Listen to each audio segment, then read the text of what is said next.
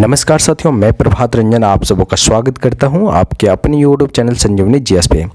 दोस्तों, जैसा कि हमने बोला था, झारखंड प्लस खोरठा की क्लास दोबारा स्टार्ट करने जा रहे हैं। तो दोस्तों, आज से हम खोरठा की क्लास ले रहे हैं और कल से झारखंड की भी क्लास आने वाली है। तो हम लोग का लगभग 50% सिलेबस जो है खोरठा प्लस झारखंड में कंप्लीट हो चुका था और आज हम लोग खोरठा में पढ़ेंगे दार्जिलिंग और गंगटोक यात्रा। दोस्तों, बहुत ही मज़ा आने वाला है। यदि आप बुक में पढ़ें तो 1.5 से 2 घंटे लग सकता है, बट हम आपको 15 मिनट में कंप्लीट भी करवाएंगे और एक भी पॉइंट आपका एग्ज़ाम में नहीं छूटने वाला है। तो आप ऐसे पढ़िए ताकि एक भी पॉइंट आपका ना छूटे और टाइम भी बचत हो, क्योंकि एग्ज़ाम आपका सामने है। जनवरी में एग्ज़ाम होने वाला है। तो चलिए समय को देखते हुए और हम लोग पूरा करते हैं दार्जिलिंग और गंगटोक यात्रा। तो चलिए हम लोग स्टार्ट करते हैं, फिर हम लोग यात्रा में ही हम लोग देखते हैं क्या है इसमें और क्या नहीं है। तो चलिए दोस्तों, इसका जो राइटर है वो कौन है? चतुर्भुज साहू हैं।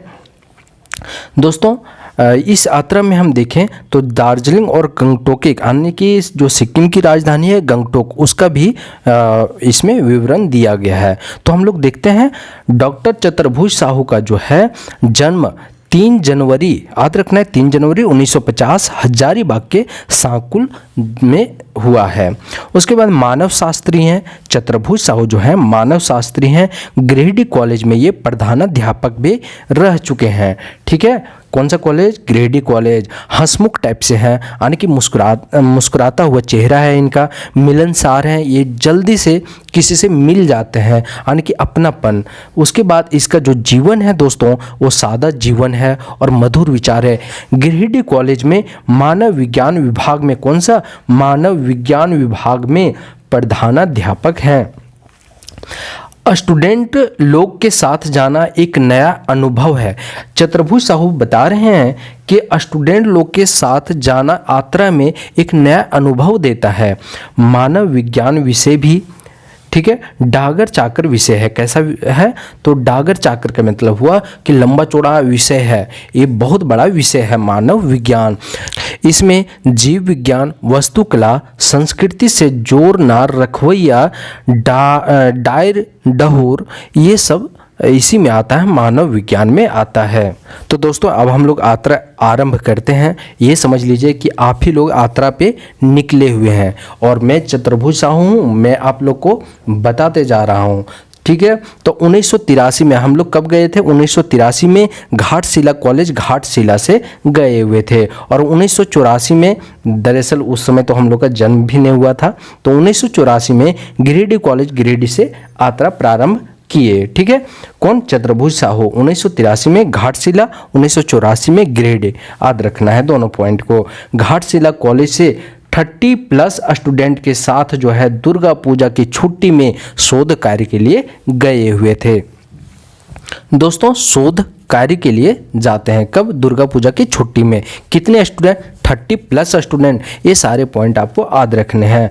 तय डेट हुआ था, उस समय 9 स्टूडेंट कम था। जो डेट हमने तय किया था, चतुर्भुज साहू बोल रहे हैं कि जो डेट हमने तय किया था जाने का यात्रा पे, उस दिन 9 स्टूडेंट कम था। घर खबर भेज दिए उन 9 के। सेकेंड डे जो है, दूसरे दिन बैंक बंद रहा तो पैसा नहीं निकला, फिर कैसे जाते? तीसरे दिन क्या हुआ? तो हावड़ा बम्बई एक्सप्रेस से जाने का हम लोग प्लान बनाए कि यहाँ से, घर से हम लोग बस से निकलेंगे और वहाँ पे कलकत्ता यानी कि हावड़ा से हावड़ा बम्बई एक्सप्रेस को पकड़ेंगे और हम लोग दार्जिलिंग यात्रा पे निकलेंगे। लेकिन एक घटना घट जाता है। चलिए हम बताते हैं क्या घटना घटता है। तो सबसे पहला चीज़ है कि घर से निकलने पे कोई गालूडी में चढ़ा, कोई चाकुलिया में चढ़ा। में जो है झारग्राम पार करते, यानी एक जगह है झारग्राम पार करते और गिनती पूरा कर लिया। ये लेखक बता रहे हैं, चतुर्भुज साहू बोल रहे हैं कि झारग्राम पार जैसे किया, हमने लड़कों की गिनती पूरा कर ली। दोस्तों, फर्स्ट डे जो है 9 स्टूडेंट छूटा हुआ था, उसको इस बार यानी कि तीसरे दिन पा करके हम बहुत खुश हुए। किस तरह? गोरखिया की तरह। अच्छा, कोई जानवर जब खो जाता है और गोरखिया ढूंढते ढूंढते जब अचानक मिल जाता है जानवर ना, तो बहुत खुश होता है गोरखिया। ठीक है, तो उसी तरह से ये बोल रहे हैं कि हम 9 स्टूडेंट जो छूटा हुआ था फर्स्ट दिन, उसको पा करके बहुत ही खुश हो गए। पढ़ने वाले विद्यार्थी के साथ जाना बहुत समस्या है, वाकई में बहुत समस्या है।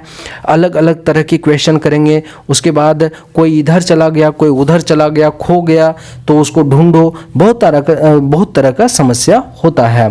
तो हावड़ा स्टेशन में 3 स्टूडेंट खो गया। कहाँ पे दोस्तों? हावड़ा स्टेशन जब हम लोग पहुँचे तो वहाँ पे 3 स्टूडेंट खो जाता है। होटल में खाना खा के बैठल पाया, फिर हम लोग ढूंढते ढूंढते, लेखक बता रहे हैं कि हम लोग ढूंढ रहे हैं तो एक होटल में हम लोग पाए उसको, खाना खा करके और बैठा हुआ था। इसके चलते कलकत्ता घूमने का समय हम लोग का बर्बाद हो गया।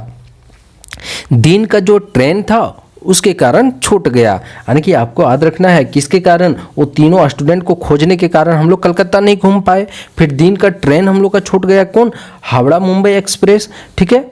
उसके बाद रात को जो है कामरूप एक्सप्रेस, कौन सा? कामरूप एक्सप्रेस से न्यू जलपाईगुड़ी पहुँचे। न्यू जलपाईगुड़ी में बारिश हुआ था जिसके कारण ट्रेन बंद था, ठीक है।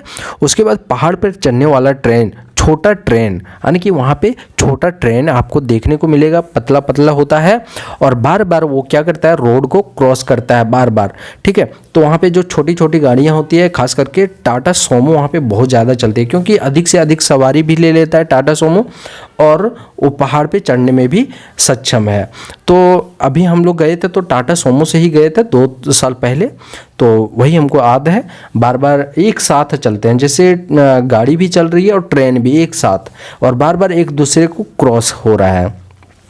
तो दोस्तों पहाड़ पर चढ़ने वाला छोटा ट्रेन बंद था। आगे बस से गए, बस का भी रास्ता खराब था बारिश के कारण। सिलीगुड़ी से दार्जिलिंग तक सड़क किनारे रेलवे लाइन सड़क को भी काटता था, वही चीज़ें हैं, ठीक है। सोचे ट्रेन टिकट के जगह बस टिकट ही बना लेता। यदि हमको यही करना था, यहाँ तक बस से ही आना था, तो दार्जिलिंग तक बनवा लेते बस का टिकट। घाटशिला से दार्जिलिंग तक बस टिकट बनाते। घाटशिला से दार्जिलिंग तक बस ही टिकट क्यों नहीं बना लिए जब हमको बस से ही आना था? तो न्यू जलपाईगुड़ी का टिकट काटने वाला जो वहाँ का बाबू था वो बंगाली था, ठीक है। हिंदी कम बोलता और समझता था। ट्रेन बंद का सर्टिफिकेट मांगा उससे तो घबरा गया। वो सोचने लगा कि ये हमसे क्या मांग दिया है, और वो घबरा गया। अपना चश्मा को सीधा करके और माथा, यानी कि वो टकला था तो माथा को सहलाया और चश्मा को ठीक किया और बोला, अरे बाबा ऐसा करेगा तो नौकरी चला जाएगा। क्या बोला बंगाली? कि ऐसा करेगा तो नौकरी चला जाएगा मेरा, हम तो गवर्नमेंट का छोटा नौकर हैं। सिलीगुड़ी में बड़ा स्टेशन का टिकट बाबू जो है वो सर्टिफिकेट आपको दे पाएंगे, ऐसा वहाँ के बंगाली बाबू बोले, ठीक है।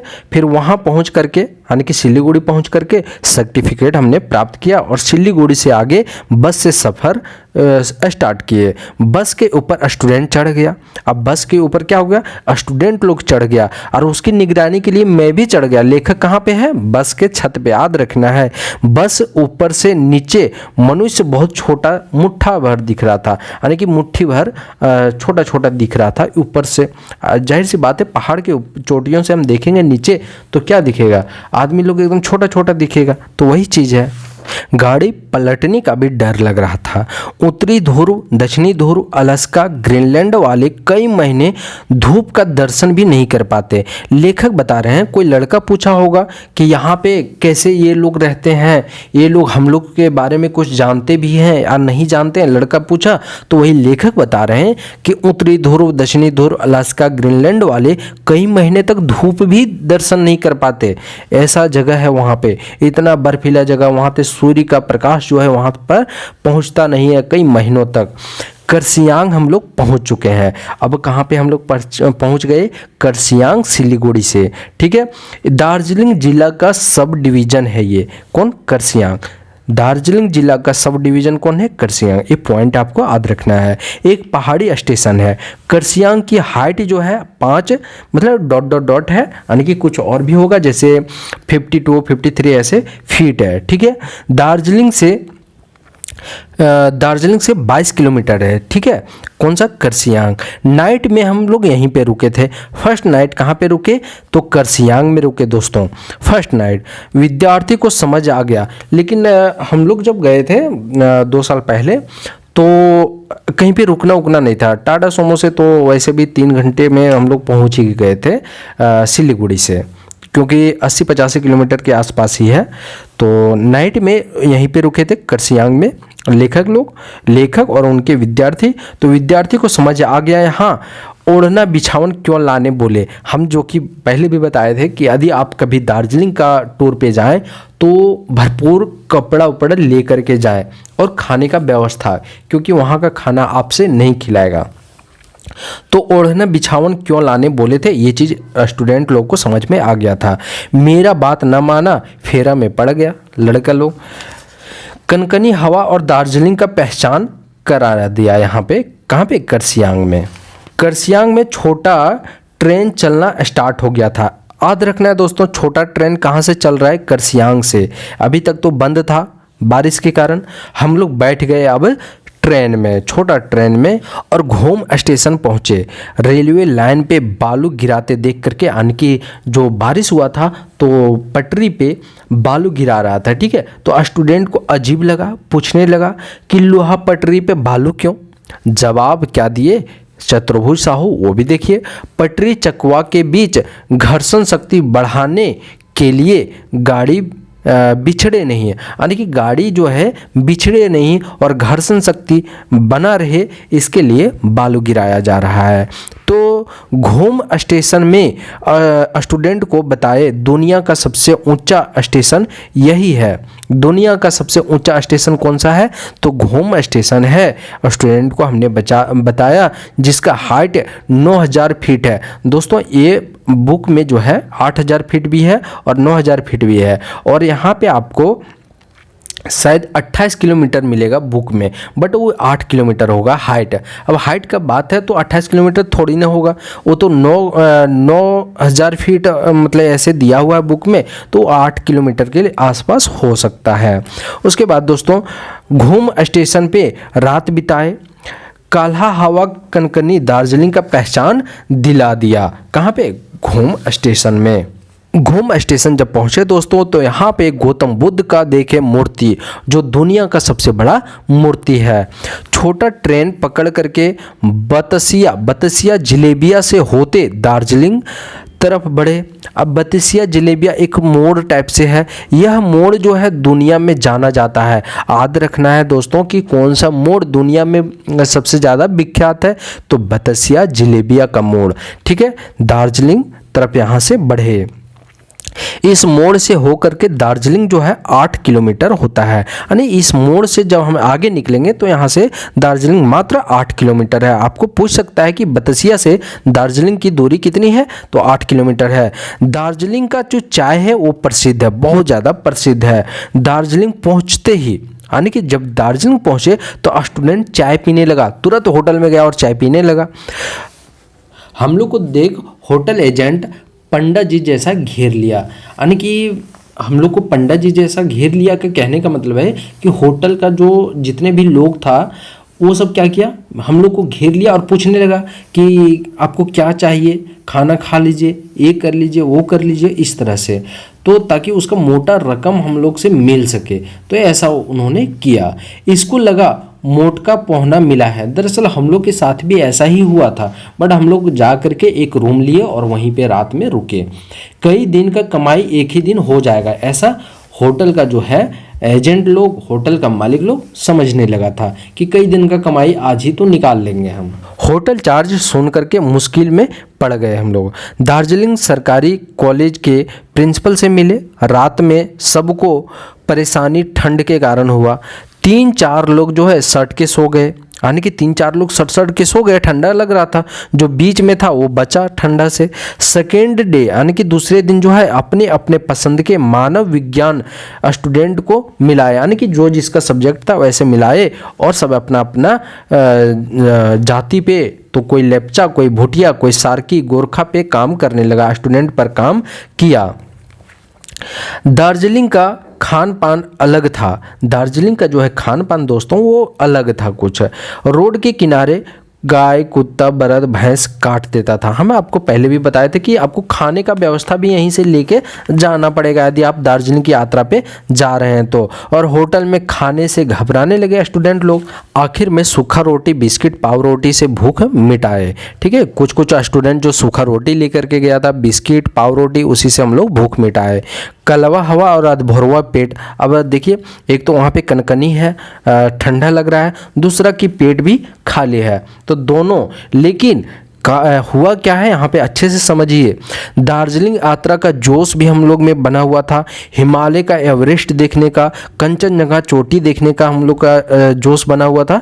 चाय बगान का खुशी भी था। जो क्या किया, तो कलवा हवा और अधभरवा पेट यानी कि खाली पेट को भी खत्म कर दिया। यानी कि पता ही नहीं चला कि हम लोग आधा पेट, यानी कि पेट में कुछ है ही नहीं और हम लोग को ठंडा लग रहा है, ऐसा एहसास होने नहीं दिया ये सब का खुशी। तो दार्जिलिंग में 10 दिन बिताए। दार्जिलिंग में कितने दिन? 10 दिन। फिर सिक्किम की राजधानी गंगटोक के लिए निकले। तो दार्जिलिंग से गंगटोक का रास्ता जो है स्नेक जैसा है, टेढ़ा मेढ़ा। ठीक है, तीस्ता नदी के किनारे ऊंचा नीचा पहाड़ी रोड है। सिक्किम को फ्लावर की नगरी कहा जाता है। और सुबह हम लोग 7 बजे दार्जिलिंग से निकल गए गंगटोक के लिए। ठीक है, 7 बजे याद रखना है, दार्जिलिंग से गंगटोक के लिए निकल रहे हैं। शाम 4 बजे सिक्किम पहुंचे। सिक्किम कितने बजे? शाम 4 बजे। 7 बजे निकले और 4 बजे पहुंच गए। पहुंचने से पहले बिग फैक्ट्री को देख, यानी एक बड़ा सा फैक्ट्री था, उसको देख करके स्टूडेंट पूछा किस चीज़ का फैक्ट्री है सर?